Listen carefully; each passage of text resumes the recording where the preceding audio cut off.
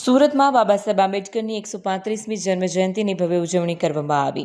ભાજપના નેતાઓએ પણ બાબા સાહેબની પ્રતિમાને હારતોરા કરી ભાવપૂર્વક પુષ્પાંજલિ અર્પણ કરી।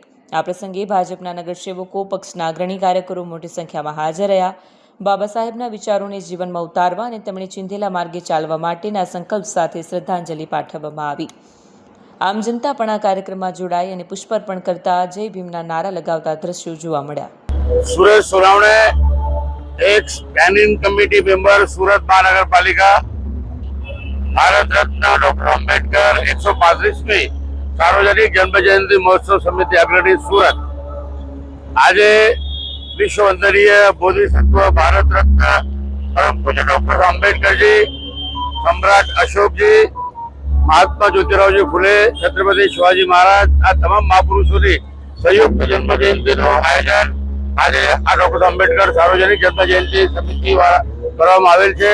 આજે જ્યારે વિશ્વમાં ભયંકર અરાજકતા ફેલાયેલ છે, મહાયુદ્ધ તરફ વિશ્વ દોડી રહ્યું છે, તે વખતે ચલો બુદ્ધ ચોર પોતાના વિચાર જન જન સુધી પહોંચે, સાથે જ બાબા આંબેડકરજીના વિચાર બી જન જન સુધી પહોંચે માટે સદભાવ, વિશ્વ શાંતિ, સદભાવ કરુણા યાત્રાનું આયોજન આ સમિતિ દ્વારા કરવામાં આવેલ છે। ડોક્ટર બાબા આંબેડકર ફક્ત દલિતોના જ નહીં પરંતુ સમગ્ર ભારતીયોના નેતા હતા। એમને જે સંવિધાન બનાવ્યું છે એમાં કોઈ પણ પ્રકારે ભેદભાવ એમને રાખેલા નહીં।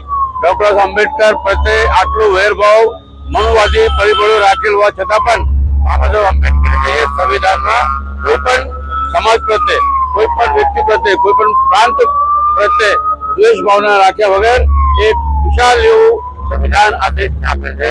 અને આ સંવિધાનના માધ્યમથી છેલ્લા 77 વર્ષથી આ દેશમાં કરુણા, મૈત્રી અને ભાઈચારાના કાયદાનું રાજ્ય ચાલુ રહ્યું છે। આ બાબા સાહેબ આંબેડકરની મહાન દેન આ ભારત દેશને મળી છે કે આ સંવિધાનના માધ્યમથી આજે આપણે બધા એક સાથે બાંધ્યા છે। બાબા સાહેબનું કહેવું હતું કે I am first Indian and last Indian, સૌ એમનાથી આ મંત્ર લેવા જોઈએ। એ જ એમને સાચી ભાવાંજલિ થશે। જય ભીમ, નમો બુદ્ધાય।